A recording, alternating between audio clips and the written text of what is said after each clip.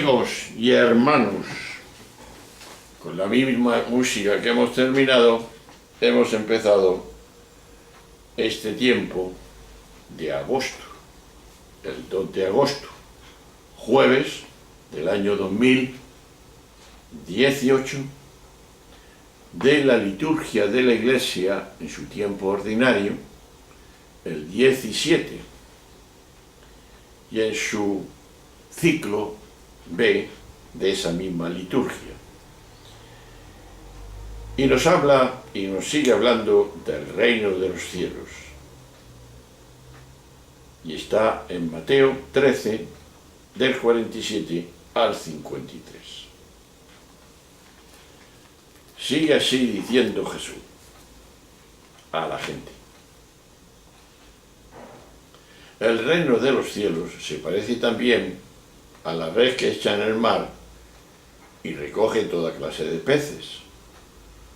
Cuando está llena, la arrastran a la orilla y se sientan, y reúnen a los buenos en cestos y a los malos los tiran. Lo mismo sucederá al final del tiempo. Saldrán los ángeles, separarán a los malos de los buenos y los echarán al horno encendido. Allí será el llanto y el rechinar de dientes. ¿Entendéis bien todo esto? Ellos le contestaron: sí. Y les dijo: ya veis, un letrado que entiende del reino de los cielos es como un padre de familia que va sacando del arca lo bueno y lo antiguo. Cuando Jesús acabó estas parábolas, partió de allí. Pues sigue el Señor hablando de las parábolas.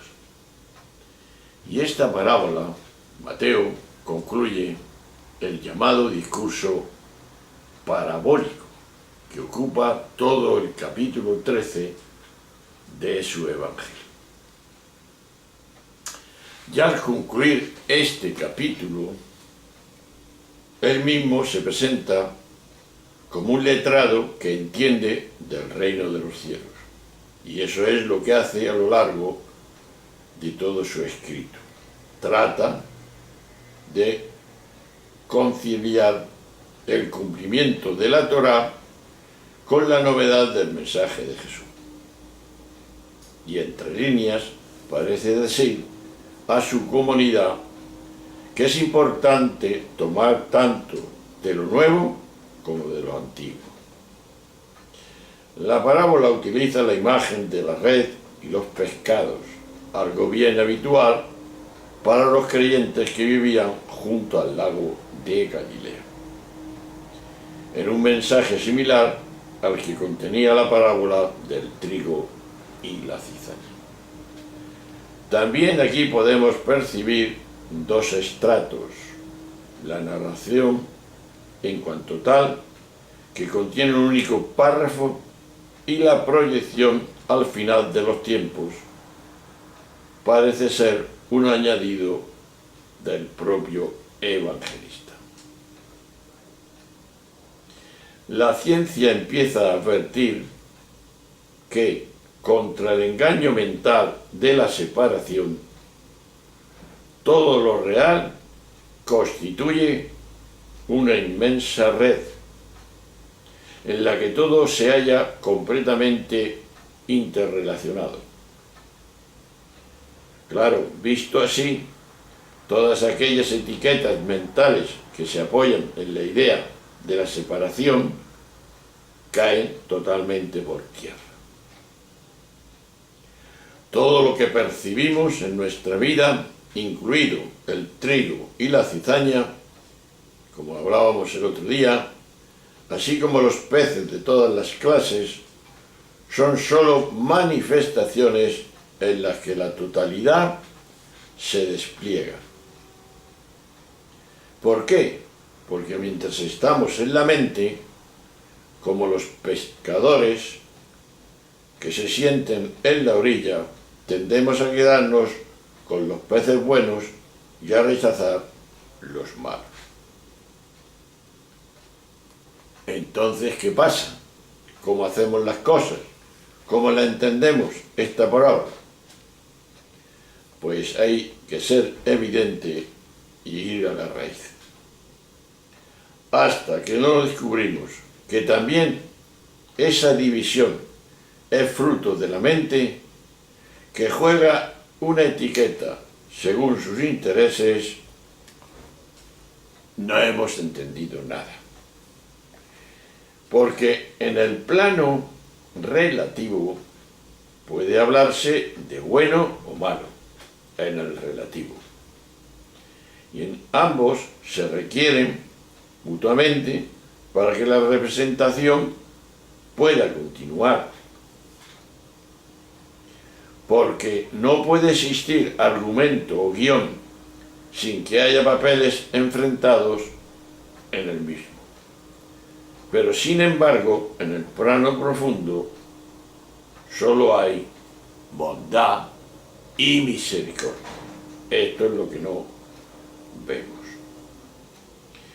Por eso en el primer nivel nos movemos como personajes de un sueño, de acuerdo con las pautas mentales que la humanidad ha ido incorporando a lo largo de su evolución y que se plasman en cada uno de nosotros, según una multitud de factores que lo incluyen.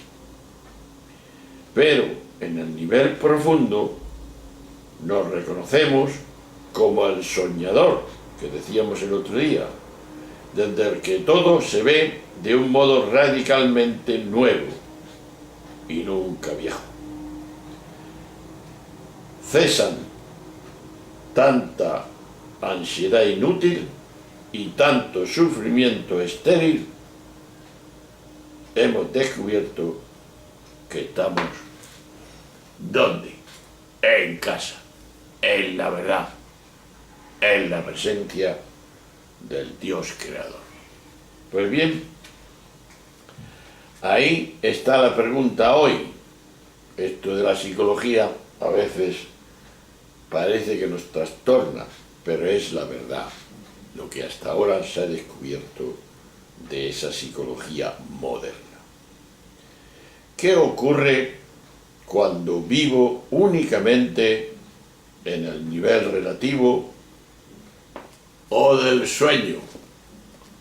Los sueños son, que dijo algún poeta. Pues vamos a bajar esos sueños a la vida. Eso es lo interesante, para que se hagan realidad y no queden en sueños. Primero, con una imagen que tenía que resultar familiar, y lo hemos dicho antes, para gentes que vivían de la pesca y del lago, Jesús le asegura que el reino de Dios cabe en todos, sin distinción de buenos y malos que nosotros hacemos. Esas distinciones se harán al final de los tiempos, porque el juicio corresponde a Dios y no a los hombres, que nos atrevemos a enjuiciar. Lo cual es tanto como decir que el proyecto de Jesús es continuamente tolerante, respetuoso y acepta a todos sin distinciones ni rechazos. Es el proyecto de la humanidad entera, el proyecto en el que coincidimos todos los humanos, sean cuales sean nuestras culturas, nuestras creencias e ideologías. Por eso, el proyecto de Jesús no es un proyecto de religión, es un proyecto de humanidad. Y nosotros lo hemos dejado en la religión, equivocadamente. ¿Por qué todo esto? Porque toda religión monoteísta, como son las tres que conocemos, el Islam, el judaísmo y el cristianismo, es por su misma naturaleza un proyecto excluyente. Porque como bien se ha dicho, ningún Dios en minúscula es verdaderamente que aprecie y tolera otro Dios junto a él. O es uno o es otro. Su pretensión es absoluta, pretensión de verdad, pretensión de evidencia y pretensión de obediencia, de donación, que diría yo. Pues ante este hecho surge esta pregunta: ¿qué Dios sería aquel que considera la exigencia de otros dioses junto a él? Ahí está la pregunta. Los ídolos exigen el reconocimiento de todos, la sumisión a todo precio. Pues es evidente que una religión así no coincide, ni coincidirá nunca, ni encajará con el Evangelio, que es tolerante y acepta a los pecadores extranjeros, a personas de otras religiones. Esta es la evidencia y lo que debe de ser. Resumiendo, Jesús habla de la separación final de buenos y malos, y de castigo y de horno encendido para los malos, con rechinar de dientes. ¿Qué quiere decir esto? ¿Y qué quiere decir Jesús con esto? Jesús indica que Dios hace justicia para gentes que en este mundo son causa de tanto sufrimiento. No podemos acabar todos iguales si es que Dios es Dios y hace justicia. Pero lo que no sabemos es en qué consistirá la aplicación de esa justicia para los causantes del sufrimiento humano. Yo creo, esto es una opinión personal, y es que Dios perdona porque entramos en la ignorancia. Esos que nosotros llamamos malos, y de hecho hacen el mal, son ignorantes. No han descubierto la sabiduría. Entonces, como lo de Padre, perdónalos porque no saben lo que hacen. Esa gente no sabe lo que está haciendo. Por tanto, no le impliques ese pecado. En todo caso, una cosa es y seguirá siendo el castigo del infierno, tal como se ha enseñado tradicionalmente. No puede ser como se nos ha dicho. No es posible. Y no es posible porque ese infierno eterno, primero, no existe, ni puede existir. ¿Por qué? Porque el castigo nunca puede ser fin, sino que siempre tiene que ser medio para corregir, evitar otros males mayores y, sobre todo, educar, que es lo que no hacemos. Pero un infierno eterno no puede ser medio para nada. Es el castigo por el castigo, con el fin en sí. Ahora bien, eso es literalmente contradictorio con un Dios que se define como amarlo. Y nos quiere agraviar. Eso es inconcebible en la mentalidad de un hombre. Porque nosotros no somos capaces de entender a Dios de esa forma. Porque no somos capaces de que un ser humano, un padre de la tierra, porque su hijo lo ha mandado a hacer puñetas y ha hecho lo que le da la gana, el hijo pródigo, por ejemplo, pues lo va a castigar. Pues no. El amor está sobre todo.